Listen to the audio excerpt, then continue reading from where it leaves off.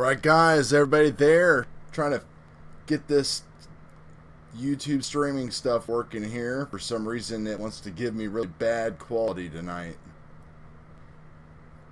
Let me know if you can hear me.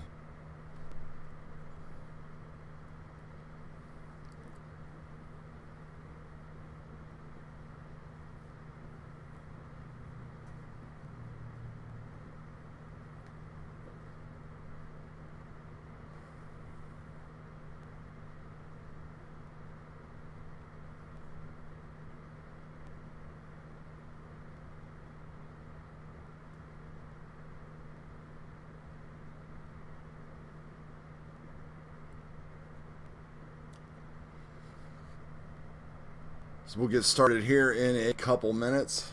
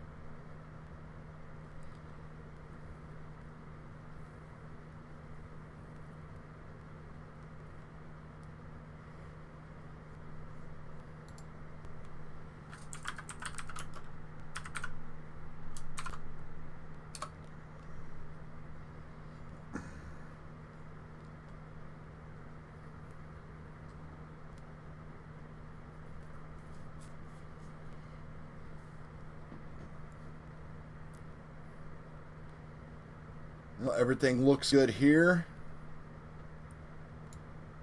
Looks like we're recording and everything is streaming well. So welcome to this live stream here, and what we're going to do is we're going to finish up installing this Maytech F405 board here into a ready-made RC RECRUITv2. The RECRUITv2 is pretty much the same as the one. It comes with a bigger motor and that, but I have replaced the stock motor with an Emax 2207 1900 kV. I have flown this setup before on INAV, and I've been experimenting a little bit with it with ARDUPLANE, but I've kind of ran into some snags with ARDUPLANE. So I know that it works and flew well, pretty much everything that I wanted to do with INAV before. So I'm going to try INAV 2.01 on here and see how things go. Now, I do know that there is an issue with INAV as far as an accelerometer buildup as far as detecting noise and causing the horizon line to go all crazy and everything like that.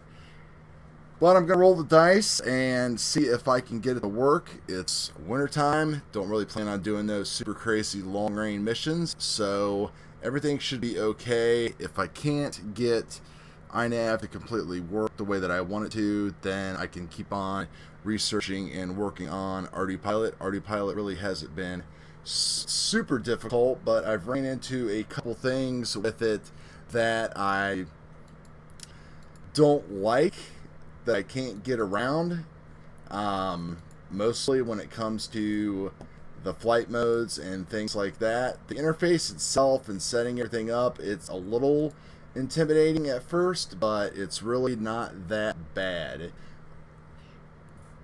Biggest thing is getting all of your settings set up with your TARANIS, as far as getting everything set up on switches. And then of course the other issue with it is when you flash, what I found when you flash ARDUPLANE on the Maytag, it's not as seamless and plug and play as you would think.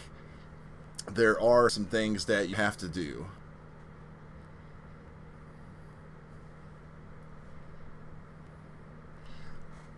Been trying to get an audio check. How's the audio quality, guys? Audio's fine? Awesome. Thank you. Hopefully the stream isn't buffering or nothing like that.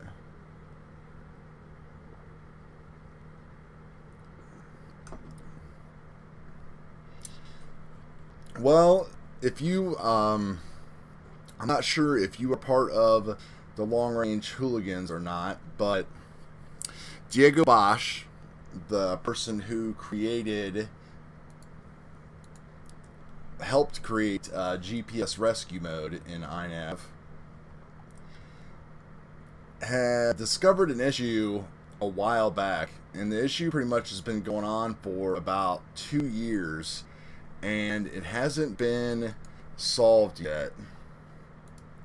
I'll go ahead and put a link. Actually, just let me go ahead and share the screen. I forgot we're doing OBS here. So,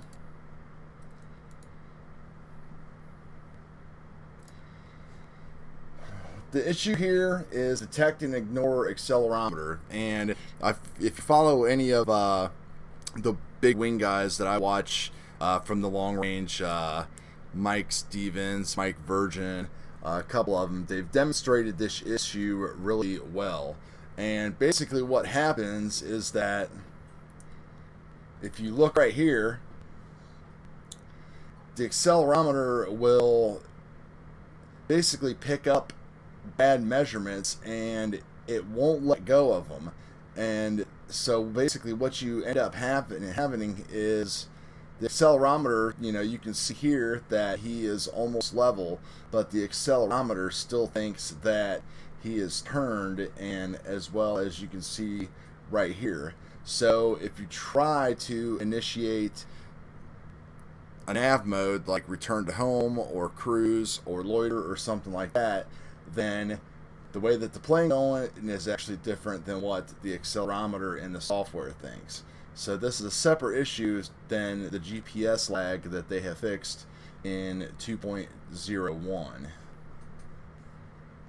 So this is a problem. And some of the guys that I've seen, you know, they're flying out in the desert. Mike, you know, is flying, 80 to 100 miles an hour, I believe, with his recon.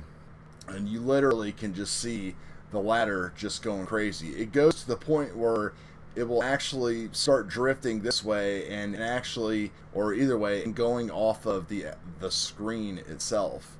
So it's right here on GitHub, and they can explain it a lot more.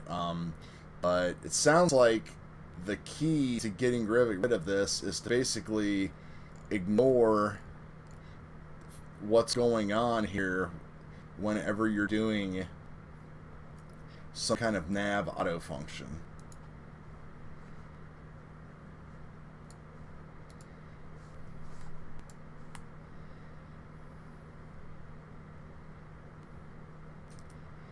Yes, you gotta really, I guess, keep an eye on your horizon lines, and I think it comes down to build quality and just like prop balancing, trying to eliminate noise as much as possible. You know, the Maytag, this sandwich here has all of these like kind of soft mount grommets built into it, but you know, it's not really.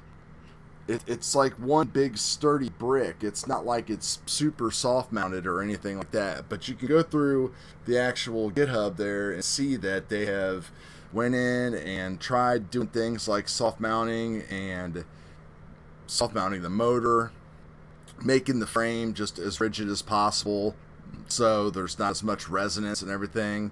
And the big thing about it is that it varies from vehicle to vehicle and system to system and everything like that. And really, truly, the only way to do it is to fix it with software. And there really hasn't been much movement on it in the past, like, year. I'm not sure what the deal is, but I know that this was a big reason why he decided to go to Betaflight and work on the GPS rescue function there, because you know what the GPS rescue function does is, you know, if you haven't messed with that yet, you set up things called sanity checks. So it's like things that kind of keep the, I guess, not really keep our quads safer, but it overrides those sanity checks, so that way we can get the return to home not perfect, but just get it back, which is kind of not what, you know, what they're looking for in INAV. Like if INAV would just basically implement a simple version of like a panic switch and not like a true, you know, just start with like a simple mode like a GPS rescue, where if you lost video, it would just climb and punch out like your quad does to a certain altitude, and then follow the GPS and everything and come back until you could gain back video or control. Then, you know, they could probably possibly work on the rest of it down the road. But it sounds like they want to shoot for the whole kit and caboodle. So, you know, I don't know if you have GPS rescue set up on any of your quads or not, but it works flawlessly. Once you understand how it works, there's some settings in there as far as like minimum range and everything like that.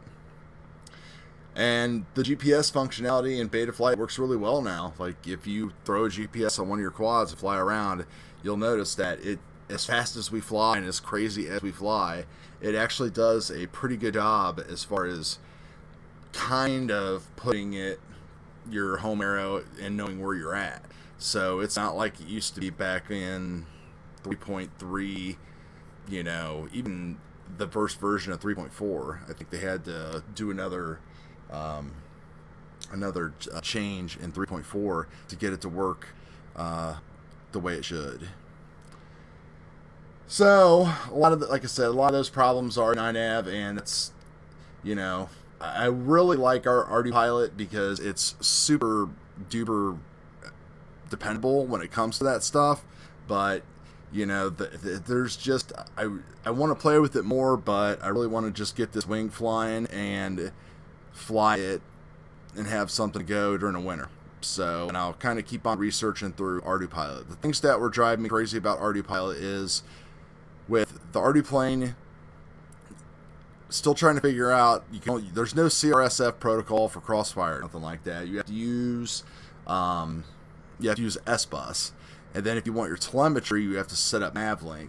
So I am running all of the extra wires off of my Crossfire Micro. So basically, down the road, if I want to, I have my power, my ground, and then like, you know, my channels 1 and 2 right here for CRSF with INAV. But then I have channels 3 and 4 hooked up here, because basically what you'll do is you'll use S-Bus for control, and then you will use these extra 2 wires instead of CRSF. So you would unplug them from your UART, which they're plugged into UART 1 here right now for CRSF on INAV, but you will use MAVLink, which is the telemetry. And MAVLink is super powerful because that's what allows you to do like all of the cool stuff that you could do if you want to do with Mission Planner. We're talking, you know, the whole Bluetooth thing, tracking, auto missions, flying it from a laptop with like a joystick and a flight stick and all that kind of stuff. You know, it's way more than what most of us want to get into. We just want to kind of throw a plane up in the air and let it do its thing. So, I haven't tried MAVLink on INAV yet. I've had no problems with INAV except for, I believe it's the accelerometer issue. Even though I've never actually seen what's going on with the horizon lines or anything, I don't know, I've had a lot of bad luck. I guess it all goes back to maybe hardware and software or both. But I was using the CL Racing Air V2 boards in my NANO Goblins, and they were flying great. You know, I'm pretty sure you've been a subscriber for a while, Daytona, so, you know, it works fine. But then after a while, like, things just stop working, and maybe it's just because the NANO Goblin was, even though it's a 3-inch prop and it's a small vehicle, it's just more susceptible to vibrations, and that was getting into the accelerometer and throwing things off. I had a Recruit like this built up before, and it worked flawlessly, returned to homework flawlessly every time, flew great, everything. It started kind of acting kind of wonky, and I sold the whole package, 2.4 video and all that kind of stuff, to a friend of mine, and we were flying out last Sunday, and it was working just fine. But like you said, it doesn't work every time, so I don't know if that just comes to, he hasn't done any updates or anything, but you know, I didn't have any updates either. So I just kind of left it where it was, which is kind of what everybody with INAV says. You know, it's like, once you get it setting working properly, just don't mess with it. So, stop the transmitter. I cannot get the Bluetooth link working properly.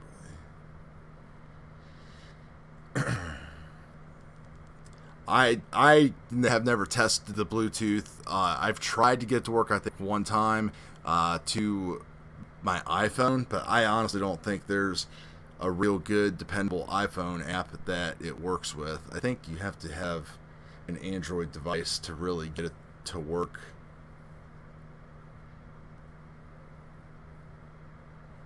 But again, it's like, how much are you willing to deal with, and what do you do? You know, most of us are just like quad guys that are like bored and we want to play with wings. You know, we're wing curious, and you know, we just want to throw it up in the air and fly around. And you know, it'd be cool to get to the point, especially with something like ARDUPLANE, you know, if you wanted to do like missions and everything. I mean, you know, if you go through and look at the things that they support, I mean, my goodness, there's rovers. It would be so sweet to build like an autonomous ground vehicle, and just send it on a mission to, I don't know, drive around a field or something like that. I don't know, it'd be pretty sweet. But yeah, and that's the thing, like, planes and INAV are totally different animals than quads. You know, a lot of us get caught up in chasing the firmware games of quads. It's kind of hard not to, just because usually we get some kind of incremental fix that makes things a little better, even though you know, depending upon what side of the fence you're on with Betaflight or Helio or whatever, you know, it seems that it's hard to get like the real story. It pretty much comes down to whatever you like and whatever feels the best for you. So I've got this all glued up and wired up and everything, and I'm just gonna go about just installing everything. I've already got this pretty much flashed and configured with INAV and everything like that, so we're pretty much ready to go. It's been snowing and it's cold and it's a boring FPV life right now, so it's definitely a good time to get on YouTube and talk to some friends and everything like that. And by the way, they do, if you look on INAV's GitHub, even if you're on 2.0, they still, if you look at the change log, they encourage everybody to update, of course. So they say if you're running 2.0, they definitely encourage you to update to 2.1. So I'm not sure if I would follow that advice, though. I would probably stick with what I got if it's working. So I've got everything all glued up here and everything, and just going to go about and start doing some installing here, and we can just kind of hang out and talk about some stuff here. It's 45 last night, man.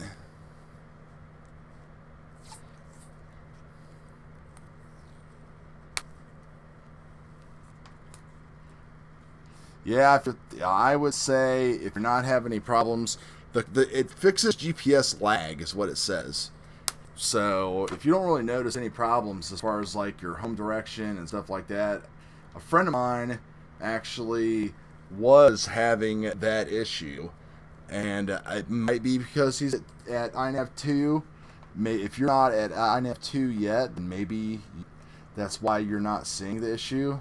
And I don't know, unless could have been something that they broke in 2.0 and they fixed it, or it might be an issue that carried over.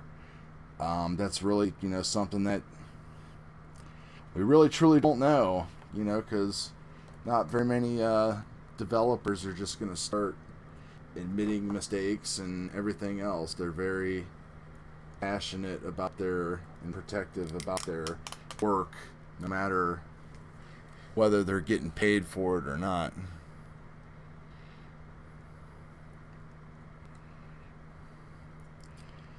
So I plan on running the 4S version of the Titan Power lithium ion here inside. I ran it before.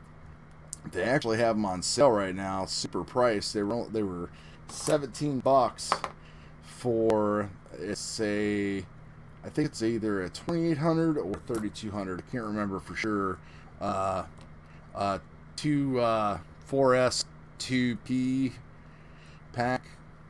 So it's basically like that, except it's 4 batteries in parallel instead of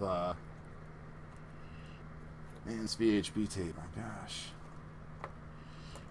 drives you crazy sometimes. There we go.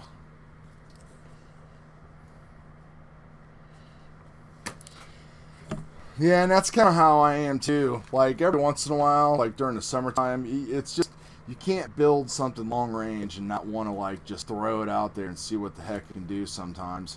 But yeah, it's like once you do it, it's kind of boring, and it's like, well, I don't really need to do that anymore. There's no sense in going in a couple miles away and looking for my down ship or whatever. But things can happen, and the software is supposed to work, so it's a shame when it doesn't. I realize it's free and we don't pay for it, and we don't have a big right to complain and kick and scream and yell at people, but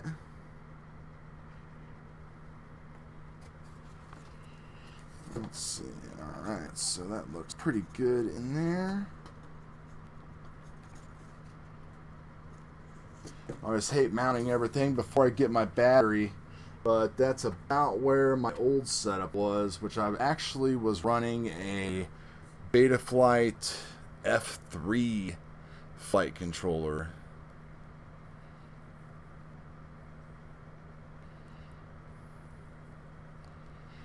Well, they make 2 different versions of these. Like this one here is the one that that was flying in the NANO GOBLIN. It has the lower it has the lower powered 18650s. So I think it had like a 20 amp burst and like 8 to 10 continuous, where the ones that the one that I purchased for this and ran on this before was their higher discharge cells, and I believe it is up to like 20 amps continuous with a burst of like around 50. So might be a little tight for you if you're running that much power.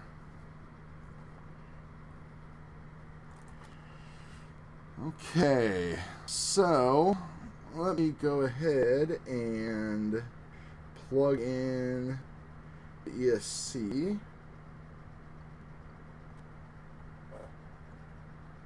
Probably my head's in the frame right now. I mean, on another note, I really like this flight controller. I mean, it's got everything that you could ever want, that's for sure. The layout's really nice.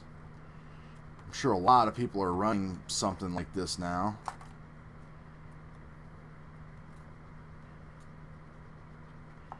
And we're going to be having our GPS back here.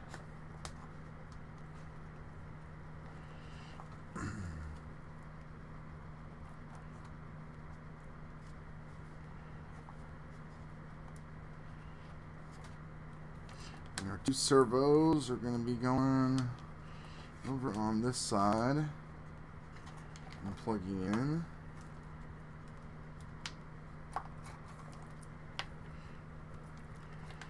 And this is just the beeper. So I've got the beeper hooked up here, and I'm just gonna take it and tuck it back here in the back out of the way for now. And here is the crossfire.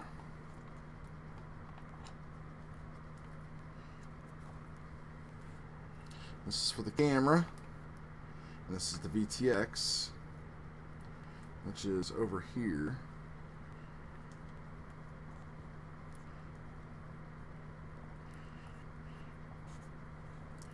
So one thing I did find recently, which I really love, is these individual servo wires.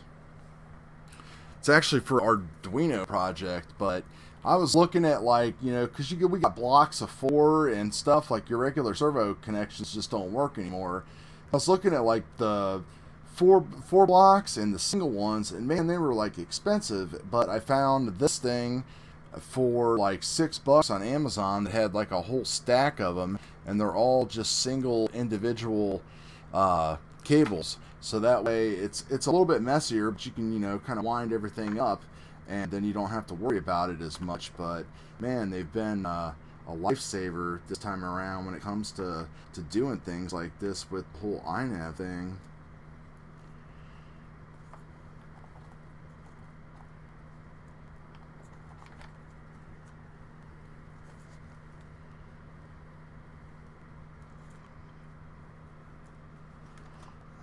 This GPS around here. Alright, so all these wires for crossfire here, though. That's the one downside. But I don't want to have to like take this plane apart if I decide that INAV's just driving me nuts and I want to use I want to try out ARDUPLANE, so I'll be all ready to go with that.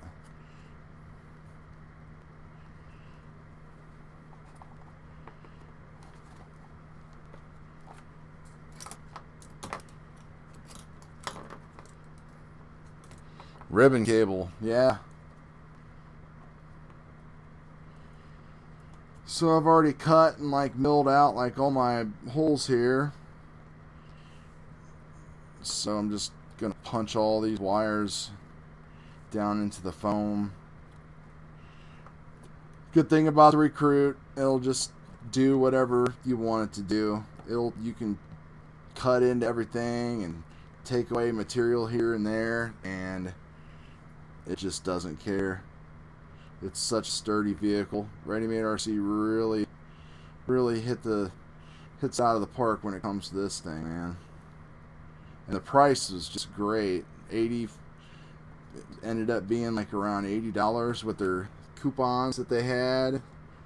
And I think I only had to pay, gosh, how much did I pay for shipping? $6 for FedEx second day shipping. I mean, come on, are you serious? That's like amazing.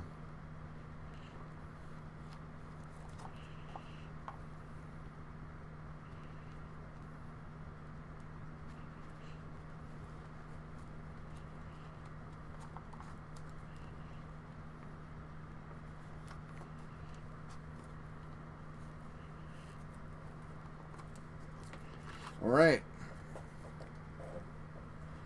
All of our wires buried here. And then I was just going to go right in here.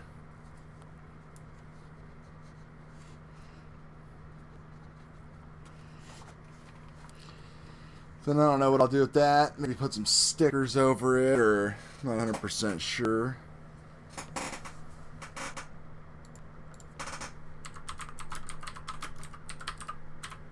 Need to plug in my wing servos. So this would be, over here would be number 4, and this would be number 3. So number 3, aileron right. Excuse my head.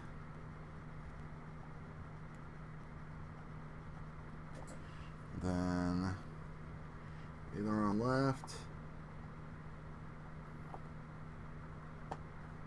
Okay.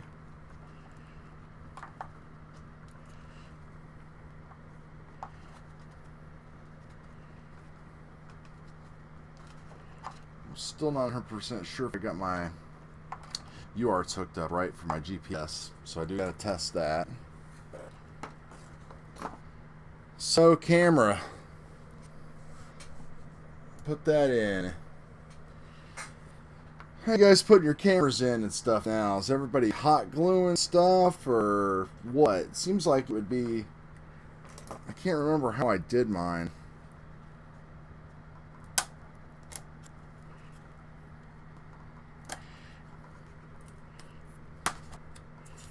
I don't know if I want to use goop or not.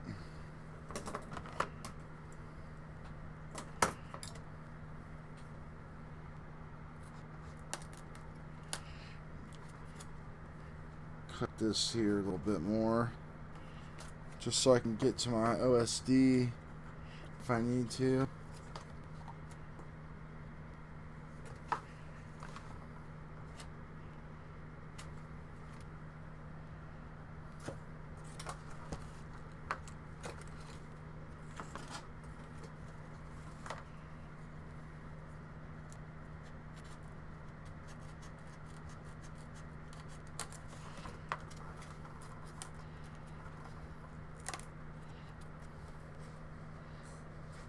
Yeah, I think I'm just gonna go with hot glue too, because it's like I don't want to make that big of a mess out of it, and it does just push in.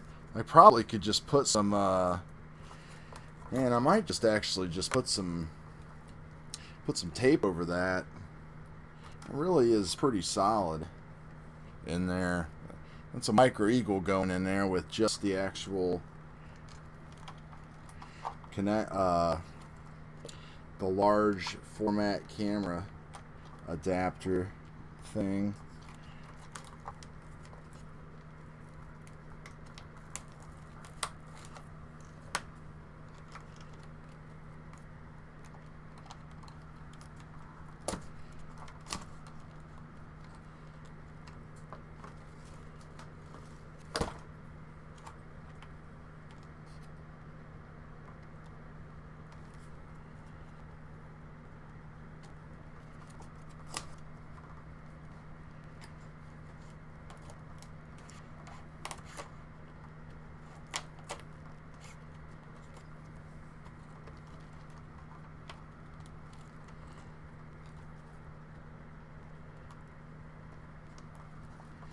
Come on, baby. Now, this is nuts. I'm just going to go this route.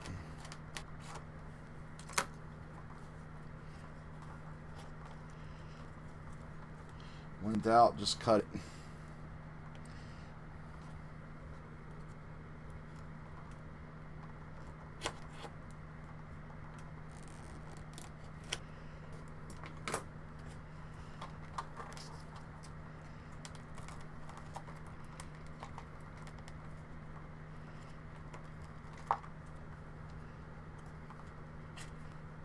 And that wire will be so tight, I don't think it's going anywhere for sure. Get that plugged in there. And there we go. One micro eagle camera installed.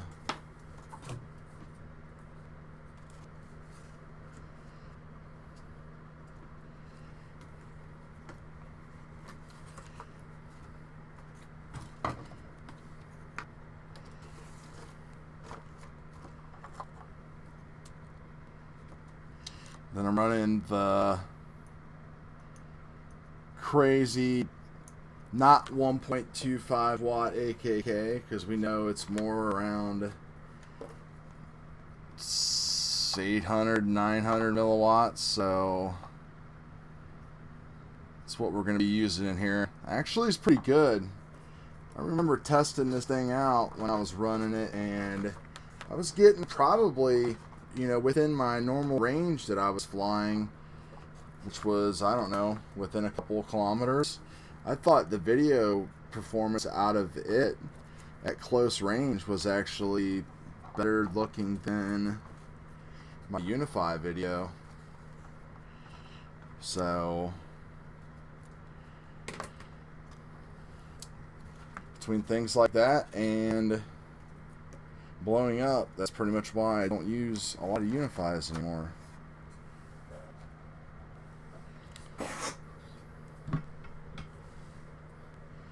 Alright, so that's it.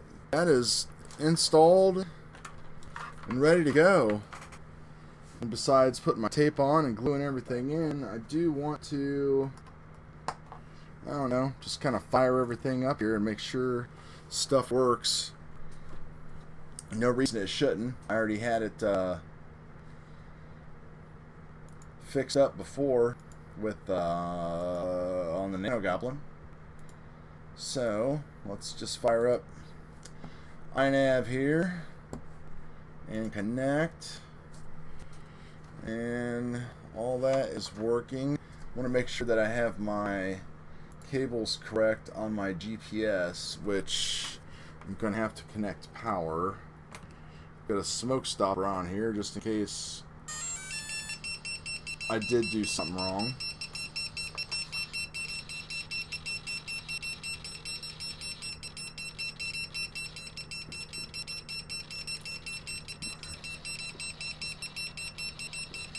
Unplug the beeper.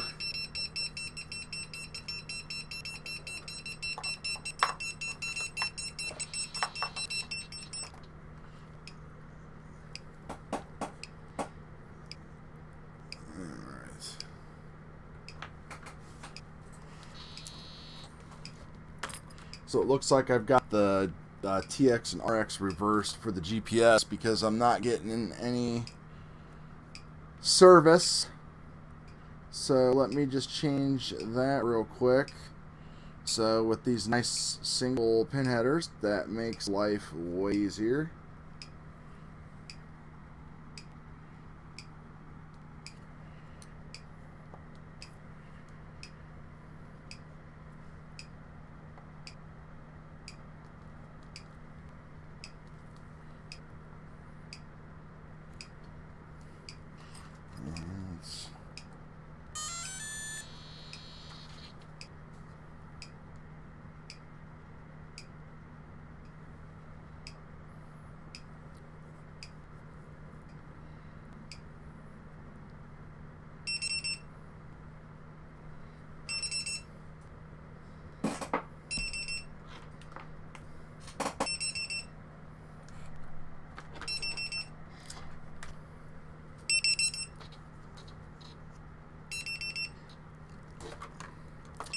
So this is something that's cool.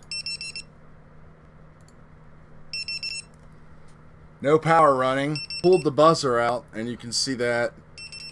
I can't remember if this is the Hellgate or the Firefly. This is the Firefly, and it's still going off. So that's pretty neat, huh? Welcome to OpenTX. Switch one. So now I'm gonna have to hook it up here to get it to shut off.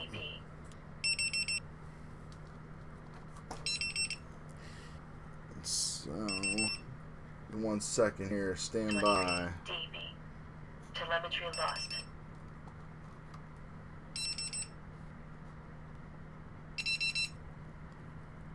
I hear you. 23 DB.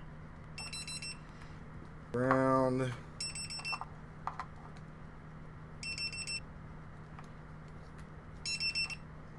$5 volts. 23 DB.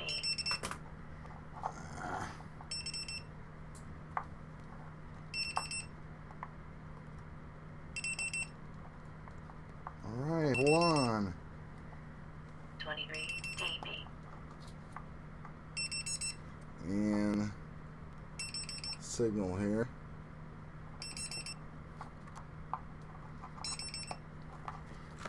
Plug this in and shut this thing up. DB. Telemetry recovered.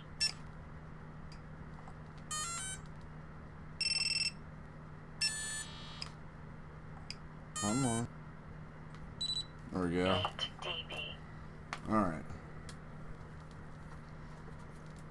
Telemetry lost.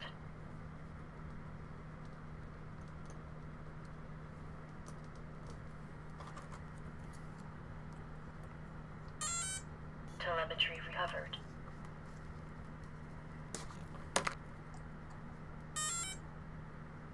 Telemetry lost. Telemetry recovered.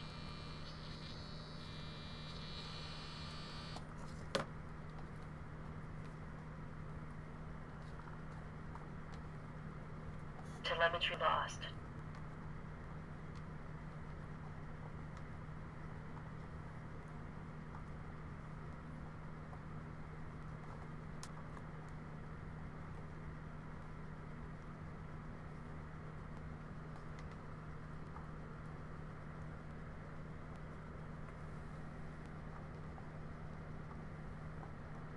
Do some quick wire maintenance here real quick, guys. Give me 1 second.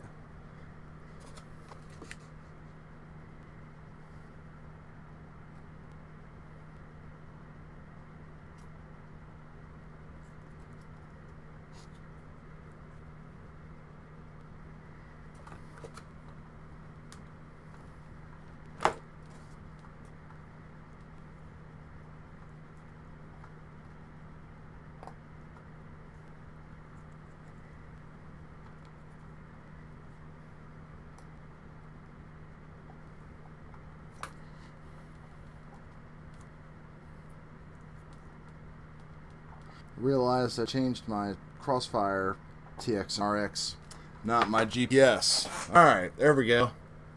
Man, all that drama.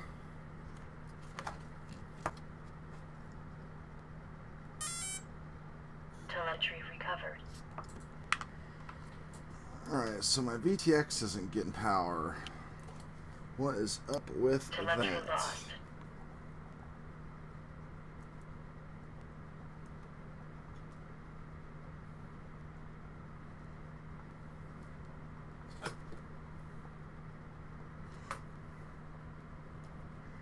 Those three right there. There's 3 pins. 1, 2, 3.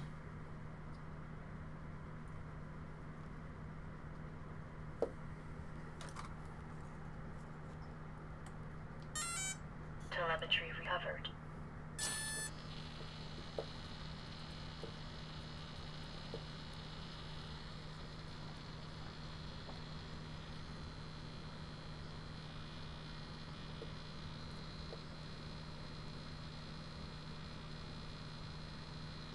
Might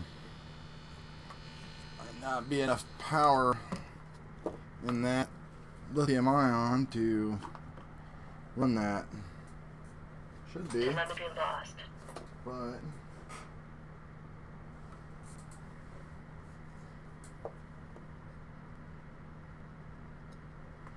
untwist this here and inspect my wiring.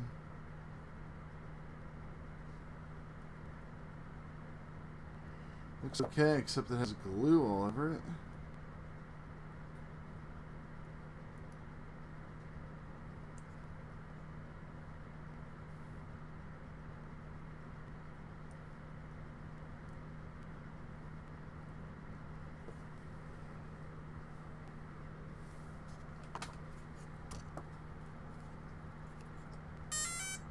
Telemetry recovered.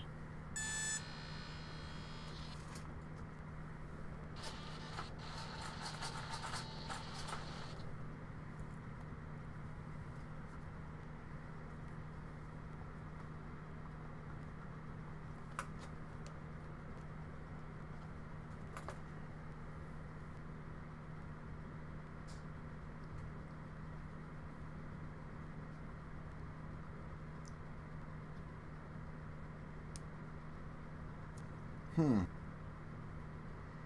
that's a bummer. What's going on here?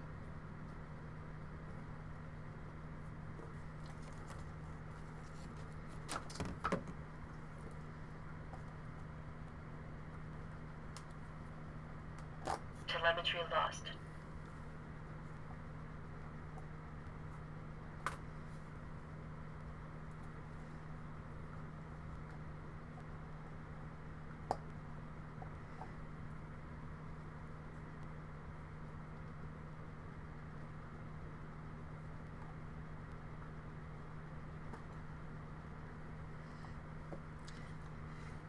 Oh, let's see. Video.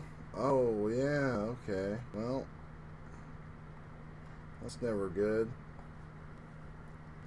Let's see. Video ground 9-volt. That's what happens when you get lazy and you don't use the color-coded pins. You swap things around. There's VTX. Camera.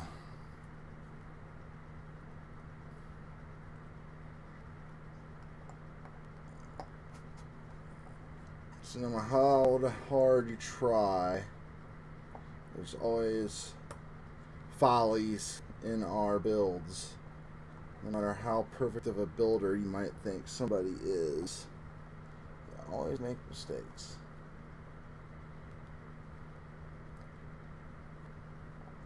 And you can't get away from those on live streams. They always are there. And power.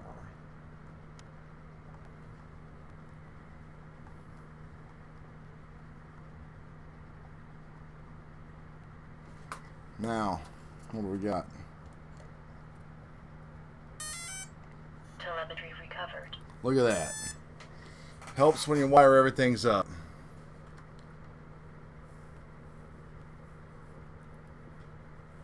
Yeah. Yeah, that's exactly what I did, Daytona. And thank goodness I didn't burn anything up. That is pretty lucky right there. Where is my little handy little boss cam screen here? Let's see if we got a camera. Yeah.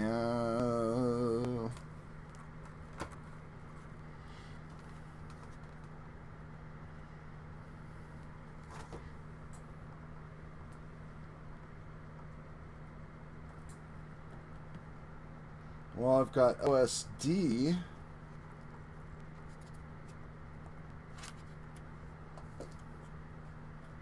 And that's because that isn't connected very good. There we go. Let me switch over here. Now we got a picture. How about that?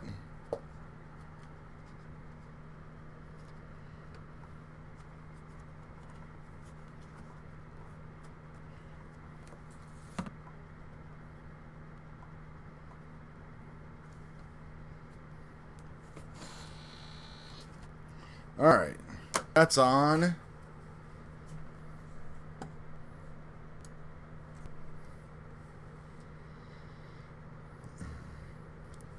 Yeah, I'm not sure how many amps the high capacity ones will pull, Dave. I guess we can always look.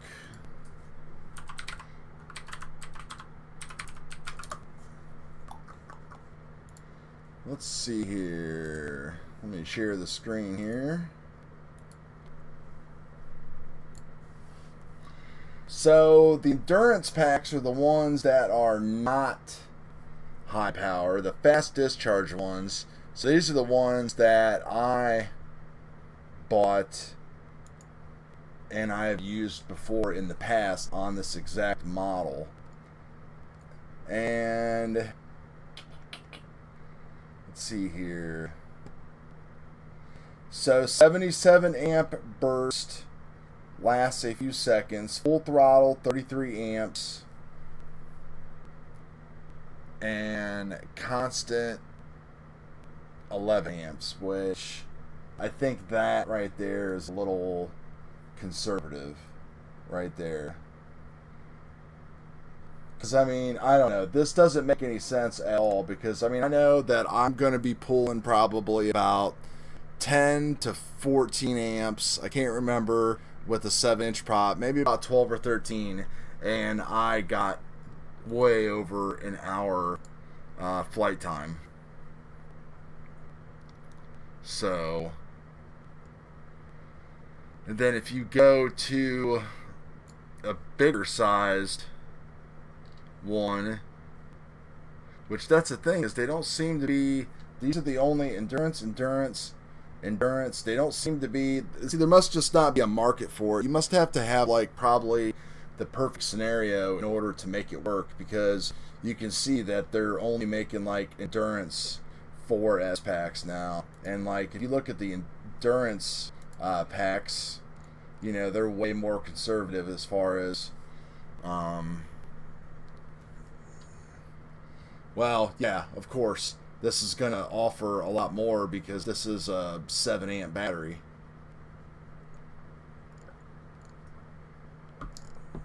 If we look at the ones that I used on my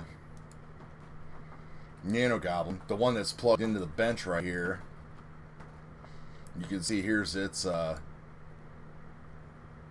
stuff right there. And I mean, with the Nano Goblin, I'm pulling like, you know, it was pulling like 2 or 3 amps constantly.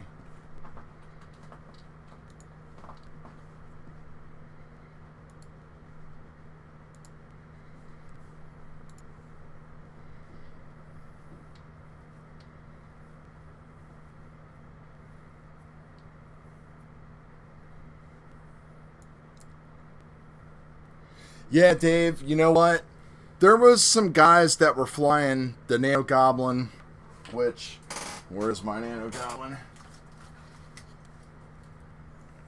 Here's what's, here it is. There's what's left of it. I flew this thing like crazy, and it's been wrecked and sparred and glued back together a lot and everything like that. So, you know, but this was the last ditch effort that I tried this past weekend, threw it up, and it just didn't have, it was just not its time.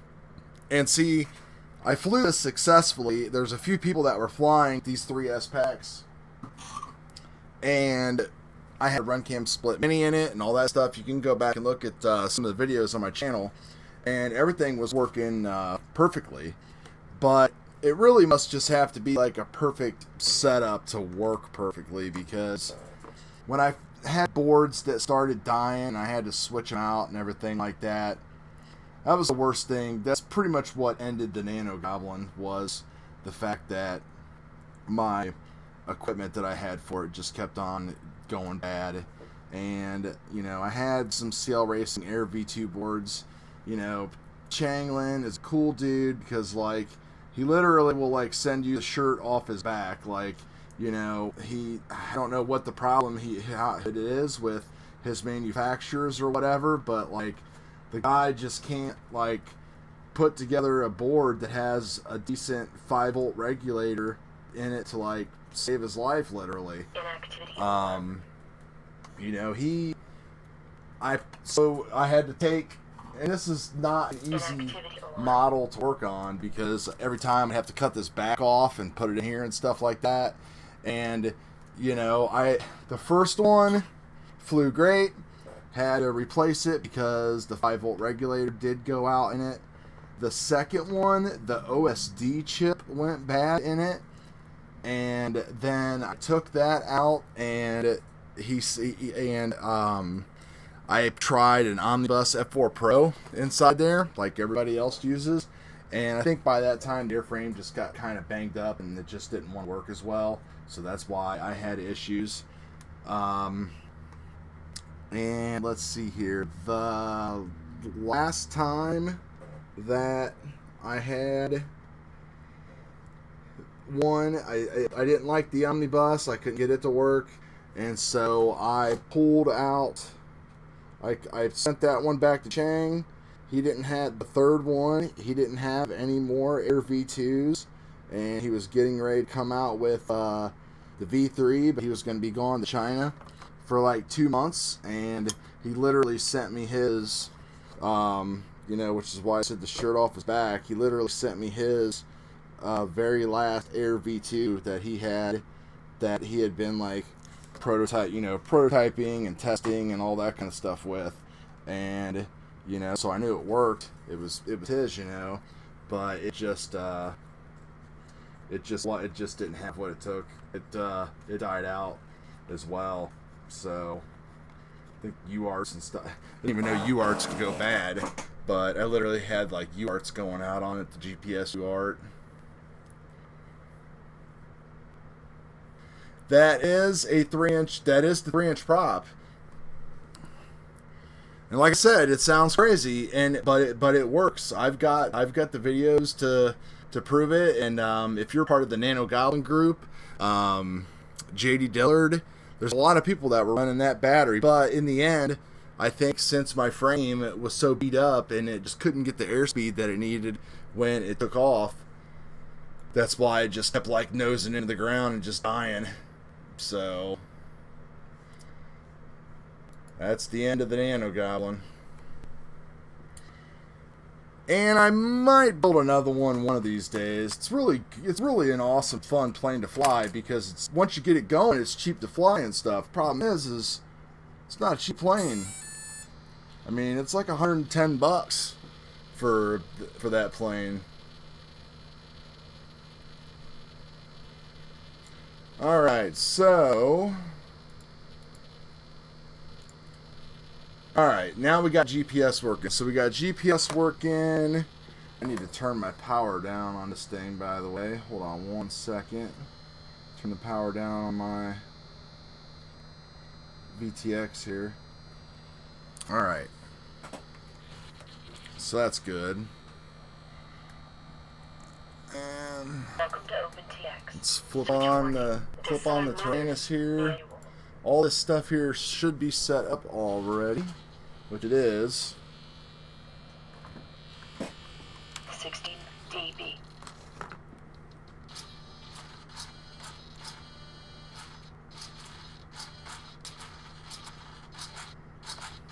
Huh.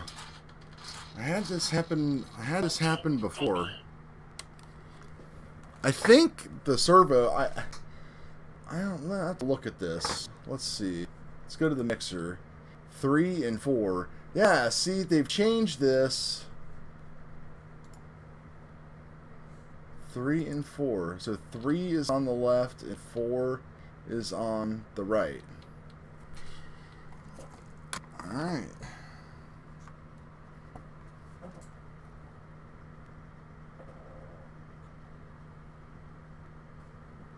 Telemetry lost.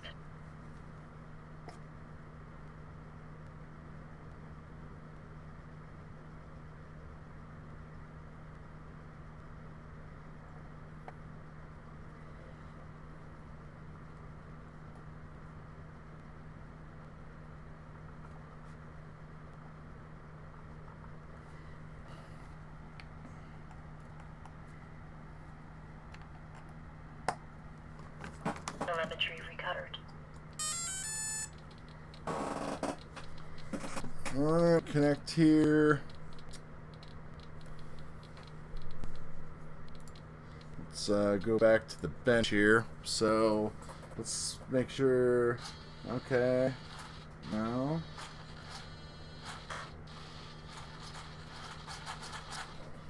This mixer is not correct.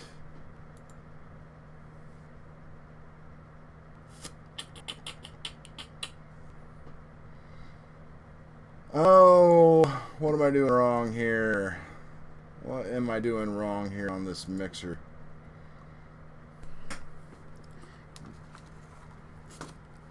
Let me flip this plane around here just so it matches the picture and that I have everything correct. So, this should be number 3, which is left aileron. That's number 3. Number 4, right aileron. Okay. So that's all set up right. I'm in manual mode and I'm getting the wrong commands.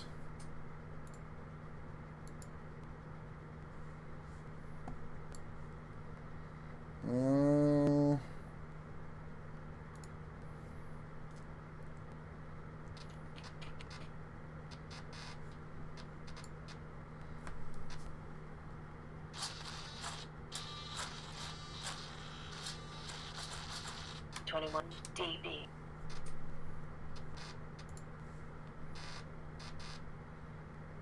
Oh, I know what I gotta do. I have to... Let's see, this is the funny part. I'm gonna share the screen again. So, this is where, like, you get scared with INAV. So, these have to be... This is not right, because you can see on the bench that things aren't working correctly. So my weights are wrong. So I believe I had to change. Let's see. No, that's not it.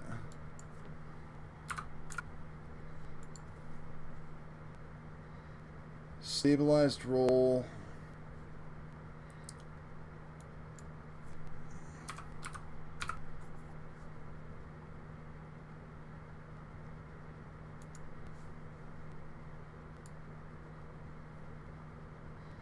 Reverse one of the servos. Yeah. But is that done in the servo tab now, or is that done in the actual... Okay, alright, so you do it. Alright, so I need to go back into the mixer, and I need to put this back to the way it was, which is there. Yeah, so I wasn't sure if you actually did it in the servos tab still, or if you did it with the mixer. I thought they completely got rid of it. So I think usually it's number 3. Hey, look at that. Everything works just fine now. That looks pretty good too. That's like that's pretty good servo travel and everything, I think, as well. It might be a little too much, but these things come with so much, there's so much expo built into INAV that I think I'll be okay. 24 dB. So let's see.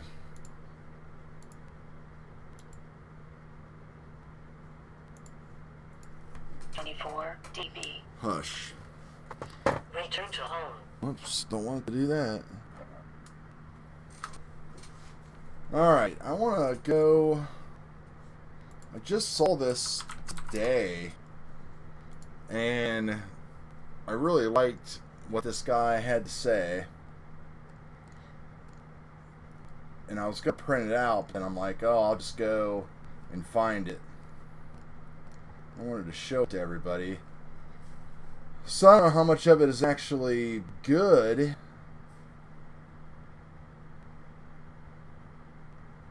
But he has this flying wing setup guide this guy created.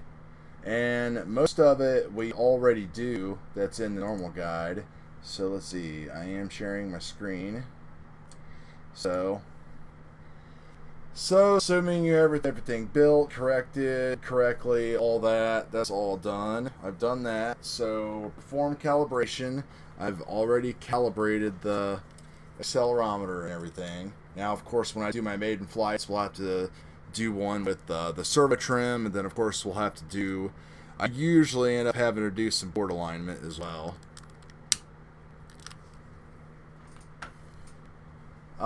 In the mixer tab, leave weight as 50 on all and saturated peak at 0. You can just select flying wing and click save. But I think... Were they all? I'm pretty sure that one was at -50. I don't think I changed it to -50. Yeah, see, it was all there. So he's got a little discrepancy in his...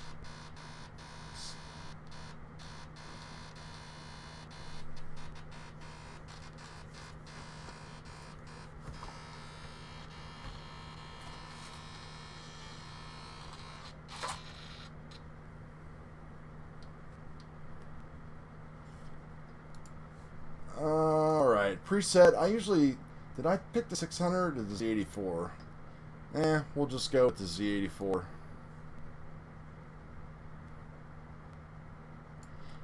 I want to follow this guy's guide and see how close it actually is.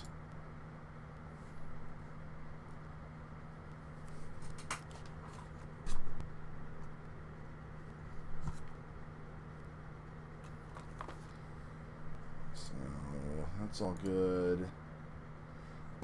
Alright, so let's go to the next step here. Ports tab, that's all done. Go into configuration tab. Protocol, that's already done. And configuration, change board and sensor alignment depending upon how you have it set up. You want the model to be moving correctly in the setup tab according to how you move it on the bench. So, I do have my flight controller mounted differently, and it should be clockwise 90.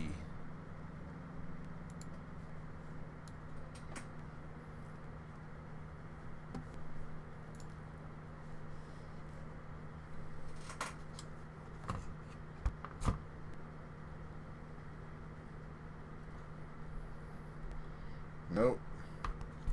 It's definitely not right.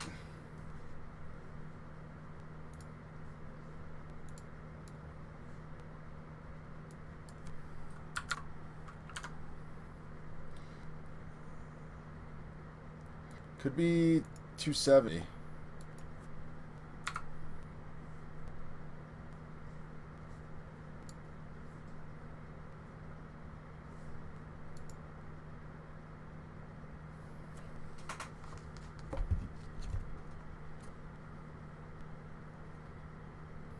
Nope. It actually, I think, was working right when I had it at nothing.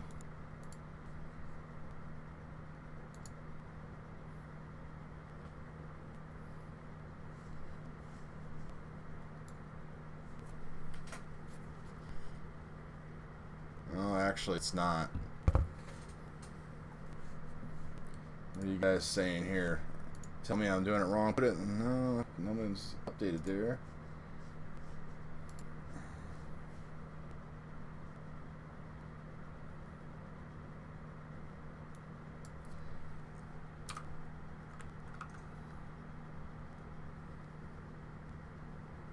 It's at 270. No. We're doing it the...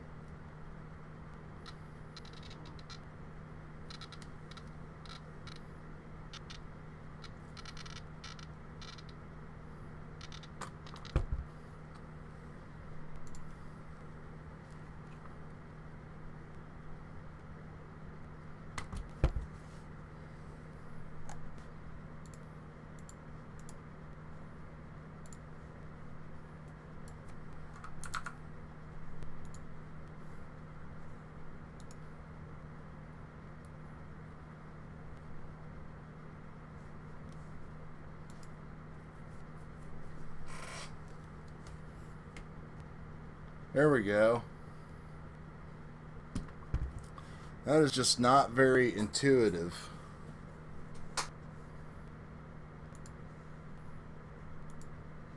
So the board is pointing that way, which you can look at either it's 90 degrees clockwise or 270 degrees counterclockwise. But then if you look at the arrow, that is going counterclockwise. So to me, 90 degrees counterclockwise would mean that 90 degrees this way would mean that it's pointing that way, when actually it's 90 degrees that way.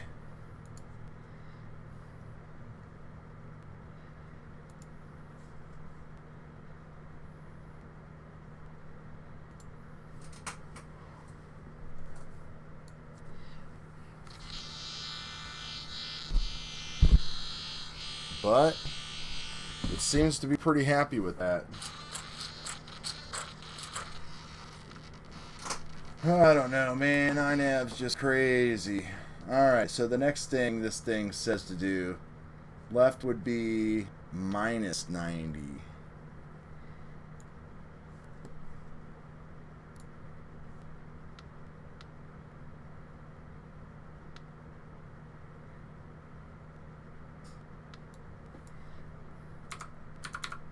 Let's see what,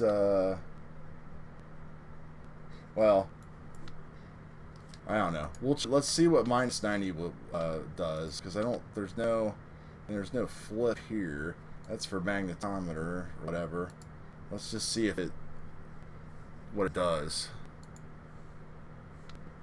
I'm sharing my screen.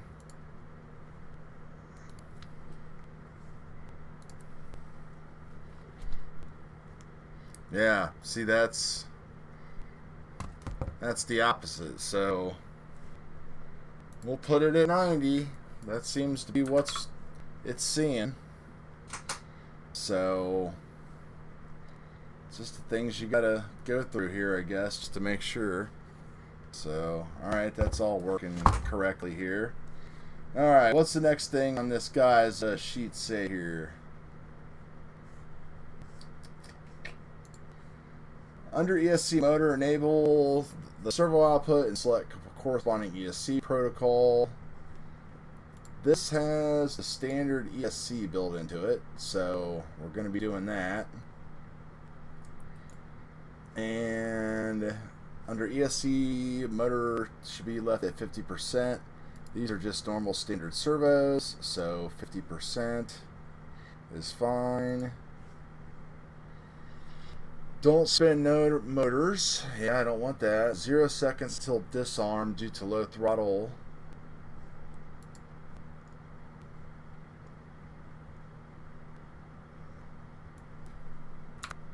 Definitely want that. That's how I burned out a motor in my NANO GOBLIN.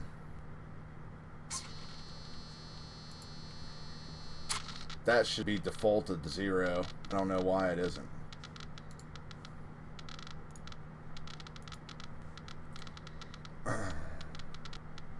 Select gyroscope, LPass frequency 256 is the best for a flying wing. So 256.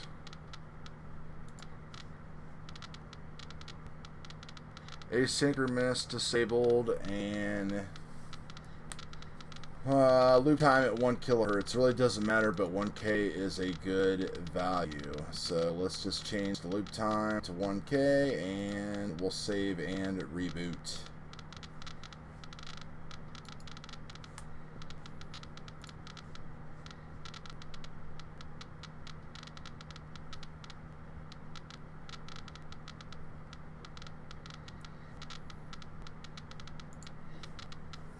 So I guess while we're in there, let's see, we got crossfire, GPS is working, current sensor. I changed my cell voltages to correspond with what a actual LiPo or lithium ion will be, not a LiPo. So failsafe is set to return to home. Go here. Servos tab. We've already verified that. Go to a failsafe tab. If not using GPS, just leave it as land.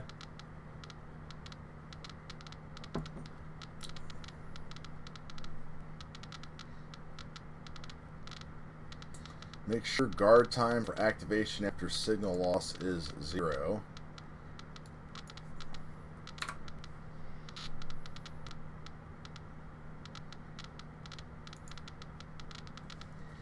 Save and reboot.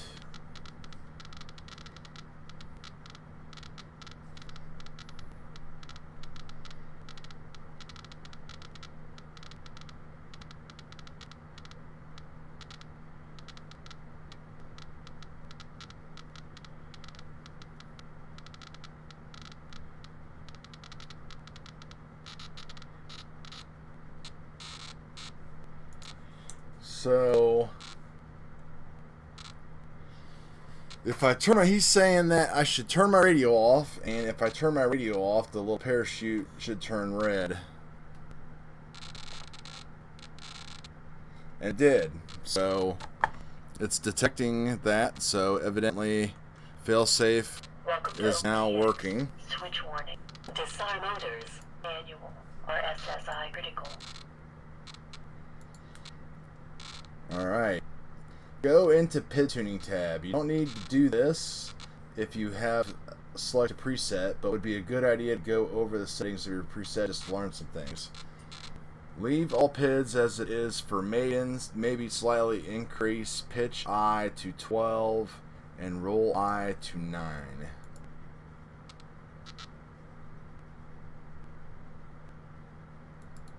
Okay.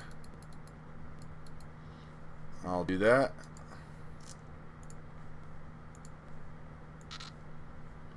Roll rates for flying wings up to 1 meter span should be around 300 and 400.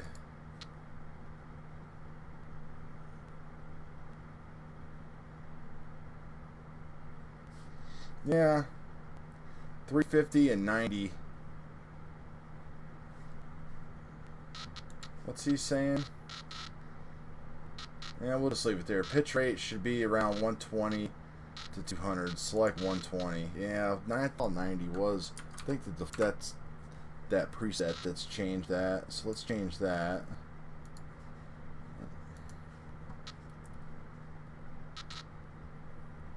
Select the roll and pitch angle. Should be around 40 for roll and 30 for pitch. So 40 for roll and 30 for pitch. So 40 and 30.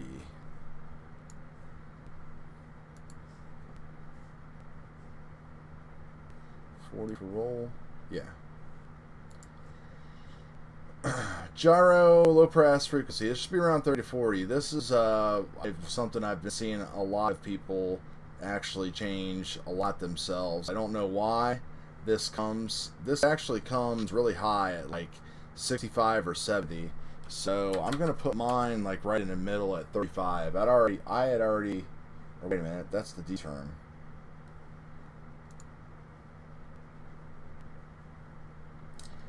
Over here, we're looking at the gyro low pass cutoff frequency. Should be around 35 to 40. So let's just put it at, well, let's put it at 35.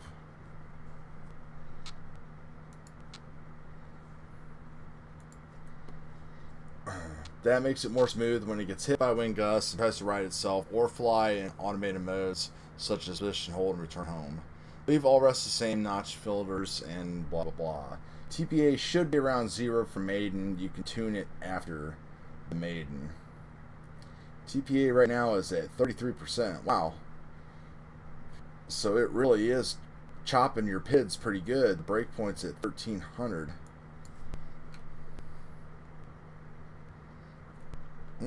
I'll put like 5 in there. Just a little bit of TPA. Guess if you had it up like that high at like 33, like that would really affect your auto tune, I would think.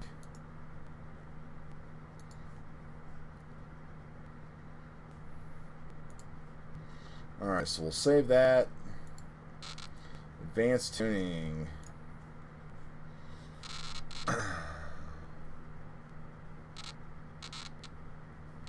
Don't use GPS and automated functions. Leave everything as is and click save. I think he comes back to that, so we'll skip that for now. Go to modes and set up ARM. I've already actually done all that stuff. I haven't set up any actual I haven't set up any nav modes yet because I always wait until I get everything working before I set up any of the automated stuff, even though I do have failsafe set, which should be return to home, which is a nav mode in itself. Not using LEDs. Alright, so go into CLI tab. This is where this stuff kind of differs from what some other people have put. So we want to put get iTerm. So wind up is at 50. So this is something that everybody always says to put. If you watch any of like Giz Addict's Giz Endicott videos, actually, he always has this stuff in here. So let's see. So we want to set iTerm throw limit equals 300.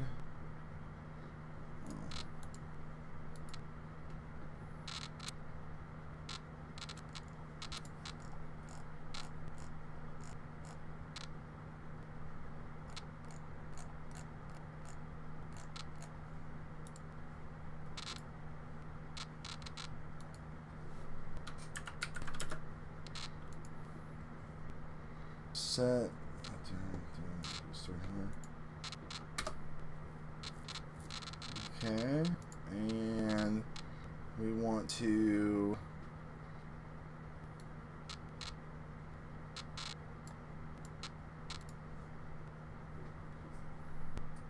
see if that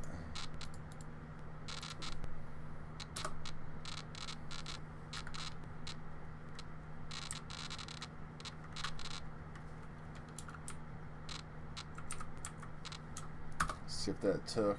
Okay, that's at 300 now.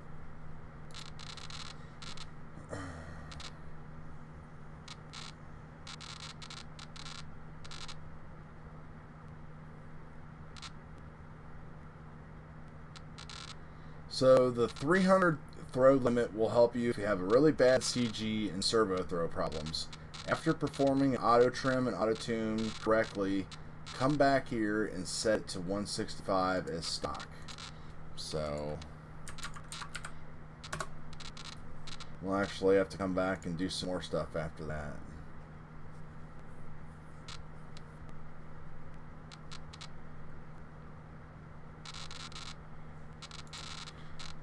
Alright, so we're going back to the configuration. Barometer I have turned on. I have no magnetometer, so that's turned off. So that's steps 15 and 16. So 17 for GPS, go into ports tab, enable it, which I've already done. Also select the correct baud rate. Now, the last time I heard, these things were auto. So it's working. I really don't know what baud rate these GPSs are supposed to be set at. I always was under the impression that they were auto configured, so I'm just going to leave it as is. Ground is like that. The declination is not needed since you're not using a magnetometer. So let's look at so we've got no errors, we've got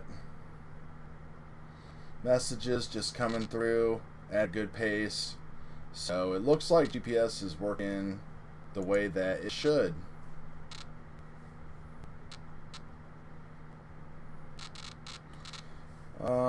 If you live in Europe, turn on Galileo. So we don't live in Europe.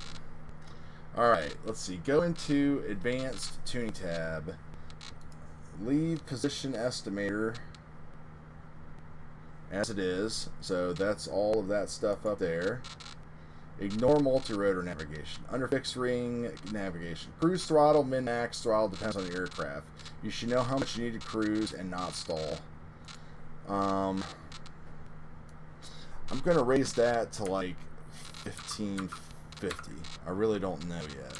So need to actually fly it around and see what's going on. But I remember it was a little bit higher. alarm. Max bank angle is set to 20. That will make for very wide turns. You should increase this to 30 to 40. So we'll put that at 35. Dive angle, leave as is. Climb angle, leave as is, or only change if you know your craft is not underpowered and can climb at a steeper angle. So we'll just leave it there and there. Pitch to throttle ratio is how INAV uses throttle in automated modes. Lower it and see if the craft is applying too much throttle when climbing. Take into account tailwinds, headwinds. Usually leave this as is okay for most planes that aren't severely underpowered, so we'll leave it the way it is. Loiter radius is preset to 50-meter radius circles. You can change it if you want tighter radius, but remember your wing might not be able to make that. Change to bank able to achieve a tighter radius, so we'll leave that there. Under return to home, select at least for return to home, which is pretty much what I always want. And change the altitude 30 to 40 meters is good. I'm gonna put mine to we'll put it at 6,000. There's a lot of trees around here. Climb before return to home should be off for fixed wings, because if you leave it on, it will first climb, and only after it reaches will it turn around to go home. If you leave it off as recommended, it will turn right away, return home is called, and then start gaining altitude as it flies home. Okay. Climb regardless of position sensor should be disabled. That's disabled. Tail first should be disabled. It was. Land after return to home depends on what you want. I don't want it to ever land.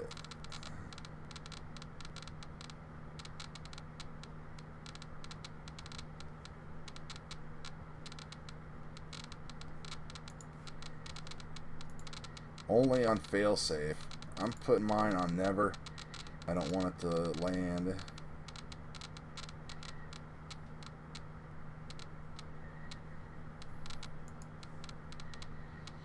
Okay.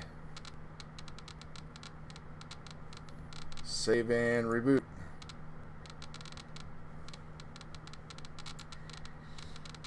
Now you're done with the advanced tuning tab. Go to modes tab and set up modes you want. Most automated flight modes are nav, altitude hold, nav position hold, and nav return home.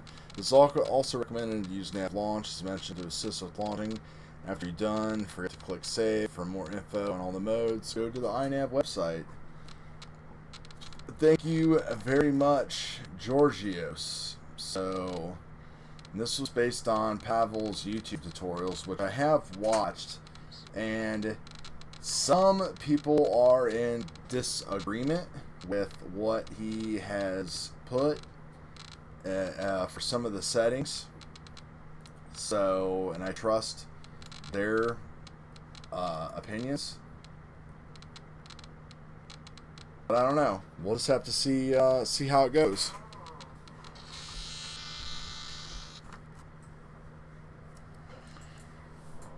So it looks like everything's working right now. I just got to finish taping things up and gluing things together and all that. But all of the INAV configuration is complete.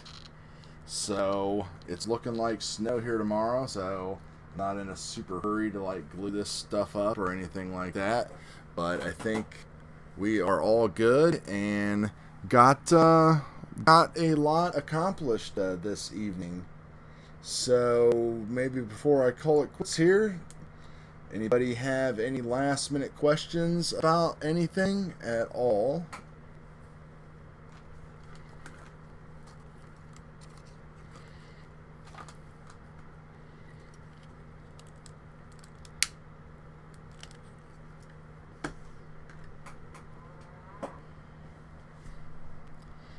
Alright, well, keep an eye on the channel for the adventures with this maiden and see how things go. And I definitely will be updating you guys and we'll see how this goes. Hopefully this works out really well, and I can maybe get my hands, I don't know. If it flies good and it works, I'm going to leave it as is, and then maybe we will look at a different aircraft to start playing with ARDUPilot with. So, I don't know.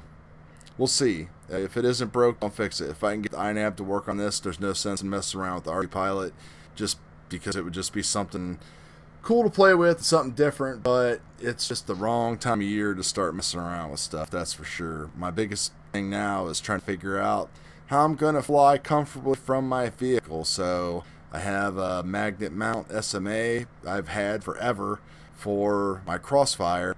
Now I just got to figure out what to do with the goggles. I have a 5.8 receiver module, one of the old 632s or something that I'll probably use, because I don't really want to buy one of the Dot Kings. I don't really see a benefit with that. If I'm going to spend any money on anything, it would be rapid fire, because I finally got to test one last week and it is super duper nice. So I got to fly with that and my buddy's HDOs, and was it $700 better? No, but the difference that I noticed the most was what rapid fire was doing, and that's a lot cheaper than buying that in the HEOs. So I think it's a definite worthy purchase. So I'm gonna keep an eye out for that. So anyway, guys, appreciate it. We'll talk to you later. Thanks for watching, and have a good weekend.